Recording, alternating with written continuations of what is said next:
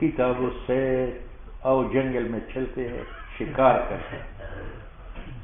سوید کا ایک معنی وہ شکاری پرندہ، اور ایک صید کا معنی اصطیاد شکار کرنا۔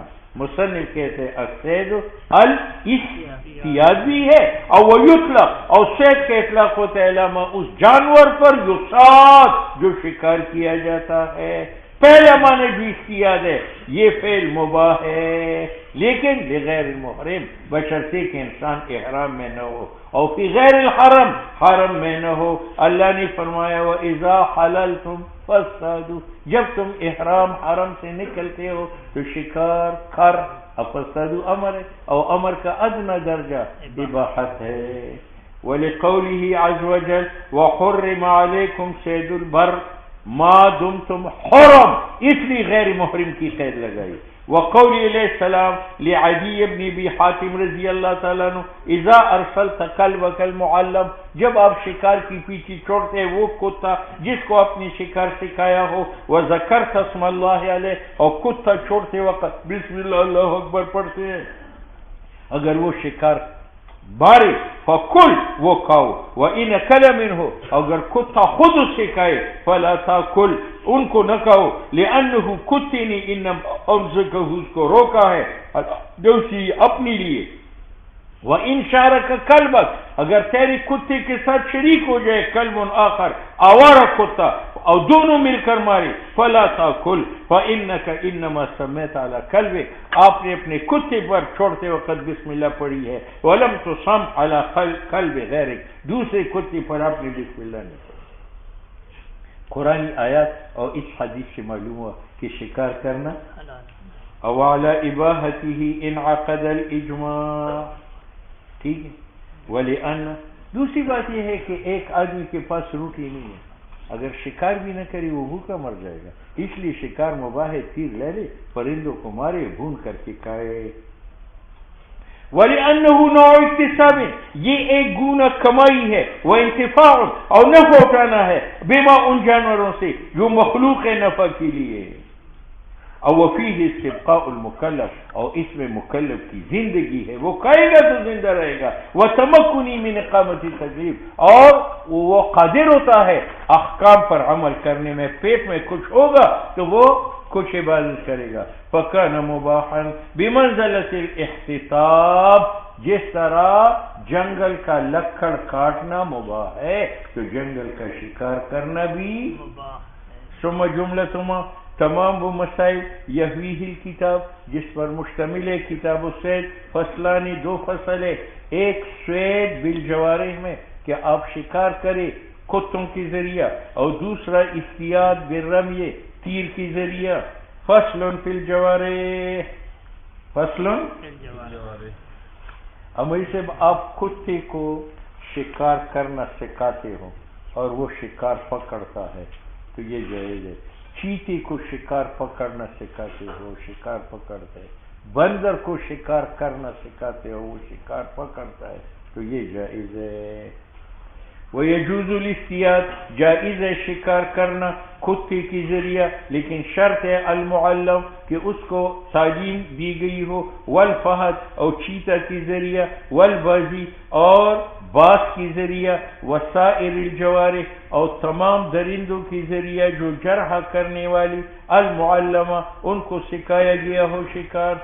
اور جامع صغیر میں ہے وَكُلُّ شَيْءٍ، ہر شے علمتہ کہ آپ ان کو سکھائے شکار، من ذی ناب، اگرچہ اس کی دو دھاڑ ہو درندوں میں، او ذی مخلب، یا پنجہ ہو طیور میں سے، فلا باس بصیدہ ولا خیر فیما سوا ذلک الا ان تدرک زکاتہ۔ ہاں اگر آوارہ کتا شکار کو پکڑے لیکن قتل نہ کرے، آپ کو زندہ مل جائے تو ذبح کر کے کھانا۔ والاصل فیہ قول تعالی وما علمتم من الجوارح، اور وہ جانور جن کو تم نے سکھایا ہو، من الجوارح مکلبین، جوارح کا معنی الکواسب، جو شکار کسب کرنے والے ہو، فی تعویل، اور مکلفین کا معنی المسلطین، کہ تم نے چھوڑا ہو شکار پر، اگر خود بخود کتا جا کر شکار کو مارے وہ حرام ہے۔ فیتناول الکل، تو یہ ہر درندے کو شامل ہے عموم کی وجہ سے۔ اور اس پر دلیل ہے ما روینا من حدیث عدی، کسی نے کہا حدیث عدی میں تو کلب کا ذکر ہے، اور آپ کا دعویٰ تو ہے ہر درندہ کی ذریعے شکار جائز ہے، تو کہتے ہیں وہاں کتے کا ذکر ہے، لیکن کلب کتے کے ساتھ خاص نہیں ہے، ہر درندہ کو کہتے ہیں۔ اور اسم کلب کا جو حدیث علی کے اندر آیا ہے وہ لغت میں یقع علی کل سبو حتی الاسد، اور امام یوسف سے یہ ہے کہ اس نے استثناء کیا ہے اسد کا اور دب کا، یعنی اسد کے ذریعے شکار کرنا جائز نہیں ہے، وہ دب اور دب کی ذریعہ، اچھا جی دب ہم کوش کہتے ہیں، اچھا جی، اور اس نے نیچے کیا لکھا ہے نرس خرس کوئی جانور منگو تو کھوج ہوئی، لأنہما لا یعملان لغیرہما، کیونکہ شیر اور کھوج جو ہے کسی کے لیے شکار نہیں پکڑتا۔ اسد کیوں نہیں پکڑتا؟ لعلو ہمتی، وہ بادشاہ ہے، وہ کہتے ہیں میں کسی کی غلامی نہیں کرتا۔ اور دب کھوج کیوں نہیں پکڑتا؟ لخساستی، وہ خسیس ہے۔ اور ملحق کیا ہے بعض نے الحدا اچھی ٹھپس، لخساستی، اس کی ذریعے شکار کرنا جائز نہیں ہے، اور خنزیر مستثنا ہے، خنزیر کی ذریعے شکار کرنا غلط ہے کیونکہ وہ نجس العین ہے، تو جائز نہیں ہے نفع اٹھانا اس کے ساتھ۔ ثم لا بد من التعلیم، جس جانور کے ذریعے آپ پرندوں کا شکار کرتے ہیں ضروری ہے کہ آپ اس کو علم سکھائے، لأن ما تلونا من النص، کیونکہ جو آیت ہم نے تلاوت کی ینطق، وہ دال ہے باشتراط تعلیم، کہ تعلیم شرط ہے، اور حدیث دال ہے بھی تعلیم پر بھی، وبالارسال، اور ارسال پر بھی، اذا ارسلت کلبک المعلم، ایک تعلیم ہے اور ایک ارسلہ ہے کہ خود بخود شکار پکڑے مارے تو وہ مردار ہے۔ وَلِأَنَّهُ، دوسرے کہ کتا وہ آلہ بنتا ہے بس سبب تعلیم کے، لِيَكُونَ عَامِلًا لَهُ، تاکہ وہ خدمتگار مالک کا بنے، فَيَتَرَسَّلُ بِإِرْسَالِهِ، وہ دوڑتا ہے اس کے چھوڑنے سے، وَيُمْسِكُ عَلَيْهِ، اور شکار پکڑتا ہے مالک پر۔ اب کتے کی دستربندی کب ہوگی، اس کو سند کب دی جائے گی، اور باز کو کب دی جائے گی، ٹھیک ہے؟ تو کہتے ہیں کہ کتے کی تعلیم الگ ہے اور باز کی الگ ہے۔ کتی کی یہ ہے کہ اس کو بھوکا رکھو اور پھر شکار پر چھوڑو، وہ شکار کو پکڑ کر کھائے نہ، پھر شکار پر چھوڑو، وہ پکڑ کر کھائے نہ، پھر شکار پر چھوڑو، پھر وہ پکڑ کر کھائے نہ۔ جو کتا 3 بار بھوکا رہنے کے باوجود شکار پکڑ کر کھائے نہ، یہ دلیل ہے کہ اب یہ علامہ ہے، اس کو سند پکڑاؤ اور پگڑی باندھ لو، ٹھیک ہے؟ اور باز کب معلم بنے گا؟ تو باز معلم یہ ہے کہ جب آپ اس کو چھوڑے تو جائے، بلائے تو آئے، بس۔ وتعلیم الکلب، اور کلب کے فضل ہونے کی دلیل یہ ہے ان یترک الاکل 3 مرات، کہ وہ چھوڑ دے اکل شکار کا 3 مرتبہ، اور تعلیم باز کا یہ ہے ان یرجع ویجیب اذا دعوتہ، کہ وہ لوٹے اور لبیک کہے جب آپ اس کو بلائے۔ یہ تعلیم کا نشانہ معصور منقول ہے ابن عباس رضی اللہ تعالیٰ عنہ سے۔ دوسرا یہ کہ طریقہ تعلیم کا اس لیے بدلا کہ کتے کا جسم طاقتور ہے، تو اس کا علامت ہے کہ یہ شکار چھوڑے، کیونکہ اس کو مارو تو شکار چھوڑے گا، وہ مرنا برداشت کرتا ہے۔ اور یہ تعلیم باز میں شرط نہیں ہے، کیونکہ باز مارنے کو برداشت کرتا ہے، وہ تو مر جاتا ہے، بس اس کا یہ ہے کہ آپ بلائے تو آئے، چھوڑے تو جائے۔ وَلِأَنَّ بَدَنَ الْبَزِي، باز کا بدن لا يحتمل ضربہ، وہ ضرب کو برداشت نہیں کرتا، اور بدن کلب کا يحتمل برداشت کرتا ہے، فَيُضْرَبْ لِيُتْرَكْ، تو وہ مارا جائے گا تاکہ لِيَتْرُكَهُ، تاکہ شکار چھوڑے۔ دوسری بات یہ ہے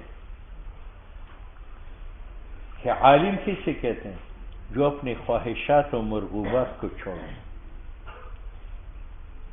عالم کسی کہتے ہیں؟ جو اپنی خواہشات و مرغوبات کو چھوڑے۔ اب گوشت، کتے کا خواہش اور مرغوب کیا ہے؟ گوشت کھانا، تو جب اس نے عقل ترک کر دیا، معلوم ہے کہ اب یہ عالم ہے، یہ خواہشات کا بندہ نہیں ہے، مالک کا بندہ ہے۔ ٹھیک ہے. اور بعض جنگلی پرندہ ہے, اور جنگلی پرندے کا مرغوب اور خواہش کیا ہے؟ نفرت اور بھاگنا اور آزادی. تو جب آپ نے اس کو بلایا اور وہ آیا, اس نے اپنی مرغوب آزادی کو چھوڑ کر غلامی اختیار کی. معلوم ہو کہ وہ علامہ ہے.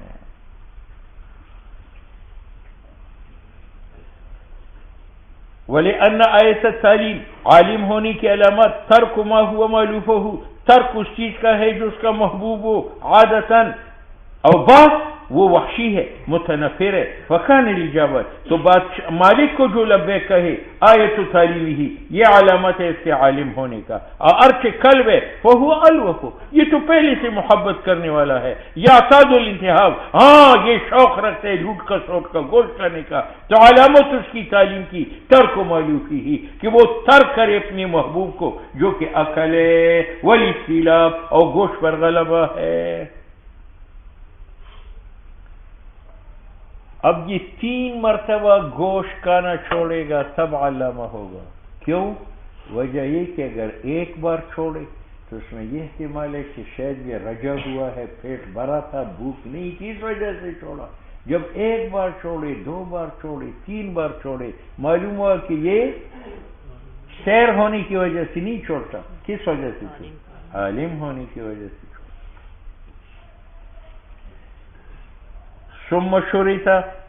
ثم شرطا, قدوری نے شر کیا ترک عقل کتے کا 3 بار.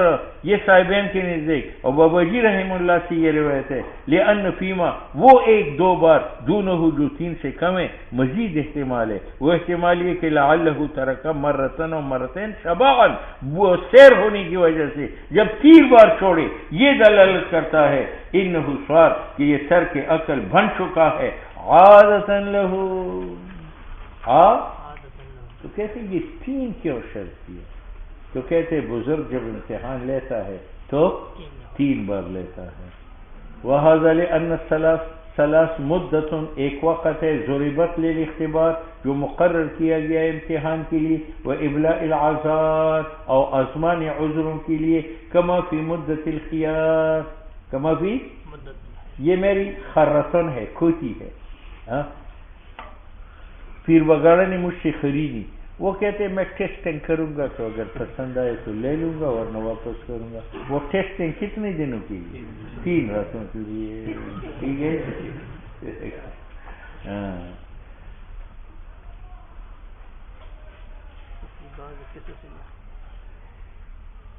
وفی بعض قصص الاخیار, اور بعض قصص بزرگوں میں بھی آیا ہے کہ وہ 3 دن ذکر و اذکار اور ریاضت کرتے ہیں, پھر پرواز کرنے لگ جاتے ہیں. دوسری بات یہ ہے کہ علم کا علامت یہ ہے کہ زیادہ مرتبہ ترک عقل کرے, اور زیادہ جمع ہے, اور جمع کے عقل کتنے ہیں؟ وَلِأَنَّ الْكَثِيرَ, کثیر بار ترک عقل یقع امارتاً علی العلم دون القلیل, اور جمع کثیر ہے, اور ادنا جمع کا جو ہے وہ 3 ہے. فقد قدر بها, اس لیے 3 دن. اور امام صاحب سے جیسے مقصود میں ذکر ہے لا يثبت الصلاة, امام صاحب کہتے 3 بار کافی نہیں ہے, اتنی بار چھوڑے کہ سیاد کو یقین ہو جائے کہ اب ترک عقل اس کی عادت بن چکی ہے.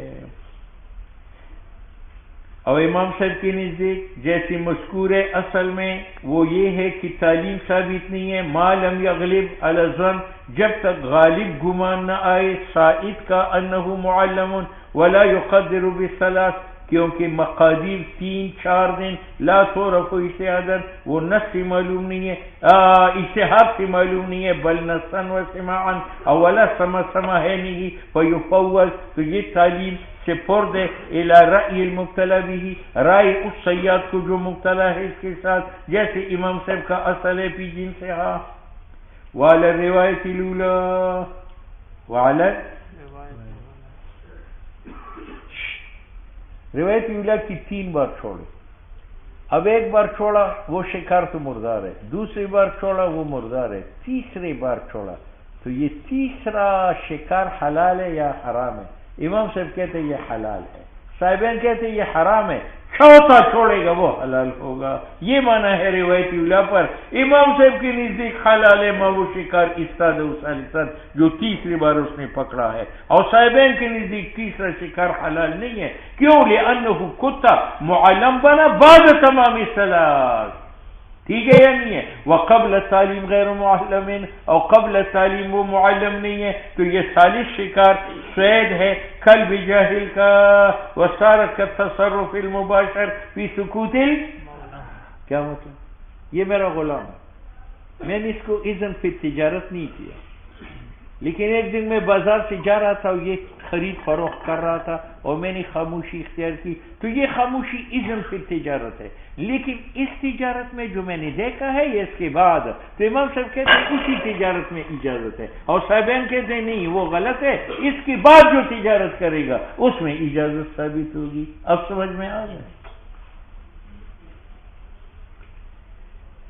اور یہ ایسا ہے جس طرح غلام تصرف کرتا ہے، وہ تصرف جس میں وہ لگا ہوا ہے فی سکوت المولا. بابا جی کہتے ہیں انہو آیت و تعلیمی ہی، یہ تیسری بار ترک جو ہے یہ علامت ہے اس کی تعلیم کا. فکر حضرت یہ تیسرا شکار سید جارحۃ المعلمت ہے، یہ سید ہے جارح معلم کا. بخلاف تلک المسئلہ، بخلاف تصرف مباشر فی سکوت المولا، کیونکہ اذن کا معنی اعلام ہے، اطلاع دینی ہے کہ تم تجارت کرو، اور یہ متحقق نہیں ہے بغیر علم عبد کے. وذالک بادل اور علم آتا ہے مباشرت کے بعد، اس نے مباشرت کے بعد. وَإِذَا أَرْسَلَ كَلْبَهُ الْمُعَلَّمُ أَوْ بَازِيَهُ وَذَكَرَ اسْمَ اللَّهِ تَعَالَى